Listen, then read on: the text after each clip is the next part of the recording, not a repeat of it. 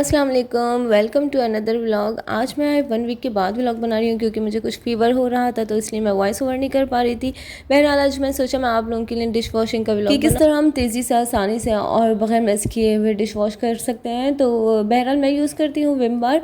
बातें तो आगे चलती ही रहेंगी, तो मैं आपको बताती चलूँ कि मैं विम बार यूज़ करती हूँ, क्योंकि पहले मैं मैक्स बार यूज़ करती थी तो मेरे टाइल्स के कॉर्नर्स होते हैं उसके ऊपर ग्रीन निशान पड़ जाते थे, तो मैंने फिर प्रेफर किया कि मैं विम बार यूज़ करूँ, इससे निशान भी नहीं पड़ता और उसकी खुशबू भी ज़्यादा अच्छी होती है। लेकिन अगर बहुत ज़्यादा ग्रीसी पैन वगैरह होते हैं तो उसके लिए मैं मैक्स लिक्विड यूज़ करती हूँ, उससे वो बहुत बेस्ट रहता है। मैं विम बार का 2 in 1 लेती हूँ, तो जाहिर सी बात है कि इसको बीच से कट करना ही पड़ता है, वरना पूरा बार तो आप डाल नहीं सकते हैं। तो इसलिए मैं इसके पीसेस करने के लिए ये तरीका इस्तेमाल करती हूँ कि इसको टॉप पे रख के थोड़ा सा प्रेस करती हूँ तो वो बीच से पीसेस हो जाते हैं। तो इस तरह ईजिली जब भी मुझे ज़रूरत होती है तो मैं एक एक पीस निकाल के यूज़ करती हूँ, तो वो 2 से 3 डेज़ मेरा चल ही जाता है। देखिए, हर काम का एक तरीका होता है। बहुत सी ख़वातीन को पसंद नहीं होता कि हम डिश वॉश करें, उनके हाथ ख़राब हो जाते हैं या उनके हाथ पे बहुत ज़्यादा साबुन लगने से किसी को एक्जिमा में कोई प्रॉब्लम होता है, तो फिर ये होता है कि उनको ग्लव्स वगैरह यूज़ करने पड़ते हैं। लेकिन फिर भी ये होता है कि उनको करना तो है काम, और जब हम घर में रह रहे होते हैं तो जाहिर सी बात होती है कि सब जिम्मेदारी हमारी ही है। तो बहरहाल मैंने यहाँ पर अपने कुछ बर्तन जमा किए थे ताकि मैं आप लोगों को दिखा सकूँ कि किस तरह से इनको आसानी से वॉश किया जाता है। तो मैं अपने सिंक पे ये 2 बाउल्स रखती हूँ, जिसमें एक में डिश सोप होता है और दूसरे में स्पायरल होता है। इसके साथ ही मैं सिंक के साथ शॉपर रखती हूँ जिसमें मैं कचरा जमा करती हूँ, और उसके बाद मैं उसको टाई करके डस्टबिन में डाल देती हूँ ताकि डस्टबिन में स्मेल ना हो। तो आप लोग भी ये तरीका ज़रूर यूज़ करें, क्योंकि डस्टबिन अगर गंदा होता है तो जाहिर सी बात है उसकी स्मेल बहुत ज़्यादा फूटती है। इसलिए ये तरीका बहुत बेस्ट है कि आपने सिंक के पास अपना एक शॉपर रखा, उसमें सारा कचरा जमा किया और डस्टबिन में डालने से पहले भी उसको टाई कर दिया, तो वो स्मेल नहीं करता। दूसरी जगह मैंने ये डिश स्ट्रेनर रखा है, जो कि इसका साइज़ छोटा भी हो जाता है और बड़ा भी हो जाता है। जब कम बर्तन होता है तो मैं इसको छोटा कर लेती हूँ, और जब ज़्यादा होते हैं तो मैं इसको फिर इसका साइज़ थोड़ा सा बढ़ा देती हूँ। तो मेरे लिए बहुत ईजी होता है कि सारे बर्तन इसी में आ जाता है अगर मैं तरीके से रखूँ तो, और बाकी फिर मैं उनको जब ड्राई हो जाता है तो उनको उनकी जगह पे रख देती हूँ।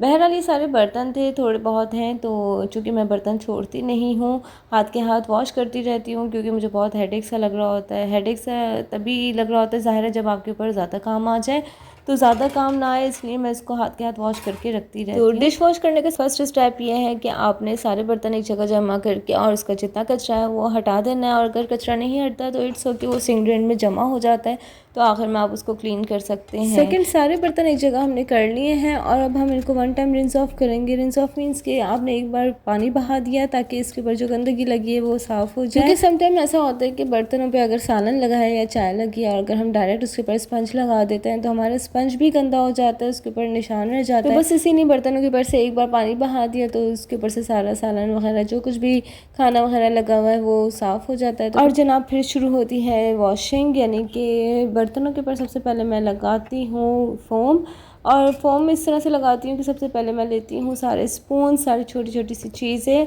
उसके बाद सारे कप्स, ग्लास और फिर प्लेट्स, और फिर सबसे आखिर में वो वाले बर्तन जिनके ऊपर खाना जमा हुआ होता है, चाय जमी हुई होती है, जैसे कि पैन हो गया, तवा हो गया, तो जिनको मुझे स्पायरल से स्क्रब करना पड़ता है वो मैं सबसे आखिर में लेती हूँ। स्क्रब एक साथ करती हूँ सबको, और फिर उसके बाद फिर मैं उसके ऊपर भी फोम लगा के और फिर मैं उसको रिंस ऑफ करती हूँ। और आज यहाँ मुझे बोलने में बहुत प्रॉब्लम हो रही है क्योंकि मेरी आवाज़ बहुत ख़राब हुई है, तो मुझे वॉइस ओवर करने में बहुत प्रॉब्लम हो रही है, तो इसके लिए सॉरी। जैसे जैसे बर्तन रिंस ऑफ होते रहते हैं तो उनको स्ट्रेनर में इस तरह से रखें कि पहले बड़े वाले बर्तन रख लें, उसके बाद फिर छोटी प्लेट्स, उसके बाद फिर सारे स्पून्स, और फिर उसके बाद आगे जो जगह बचती है वो सारे मैं ग्लास रखती हूँ।